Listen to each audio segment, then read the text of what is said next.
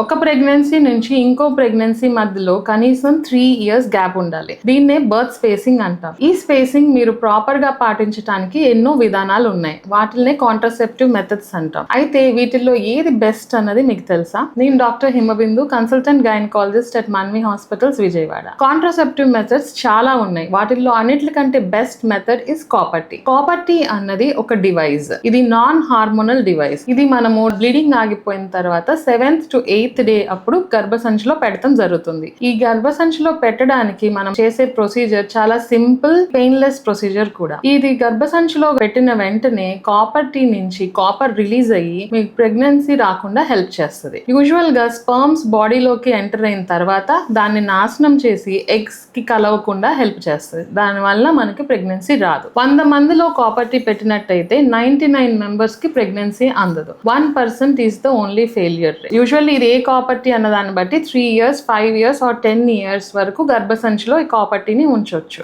Copper టీకి side effects అంటూ ఏమీ ఉండవు. కానీ కొంతమందిలో పీరియడ్ వచ్చినప్పుడు అధికంగా బ్లీడింగ్ అవటం, ఆ బ్లీడింగ్ తో పాటు కాపర్ టీ బయటకు వచ్చేసేయటం, వైట్ డిశ్చార్జ్ ఎక్కువగా ఉండటం లాంటి సమస్యలు ఉంటాయి. అలా ఇబ్బంది పడుతున్న వాళ్ళు కాపర్ టీని తీసేసుకోవచ్చు. కాపర్ టీ పెట్టడం ఎంతైతే ఈజీనో తీయడం అంతకంటే ఈజీ. సో యూజువల్ గా కాపర్ టీకి ఈ రకమైన థ్రెడ్స్ ఉంటాయి. ఈ థ్రెడ్స్ అన్నది ఎప్పుడు మీరు వజైనా క్లీన్ చేసుకుంటున్నా పొజిషన్ లో ఉందా లేదా అని చెక్ చేసుకోవడానికి చూసుకోమని చెప్తాం. ఎప్పుడైతే మీరు ఈ కాపర్ టీ తీయించుకోవాలనుకుంటున్నారో ఈ కాపర్ టీ థ్రెడ్స్ ని పట్టుకొని బయటికి లాగేస్తారు. అంత ఈజీగా కాపర్ టీ అన్నది తీయటం జరుగుతుంది.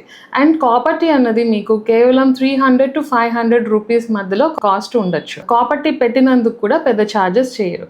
కాబట్టి this is one of the cheapest and effective procedure. మీరు కానీ వెంటనే ప్రెగ్నెన్సీ రాకూడదని అనుకుంటున్నారా? అయితే copper T is your right choice.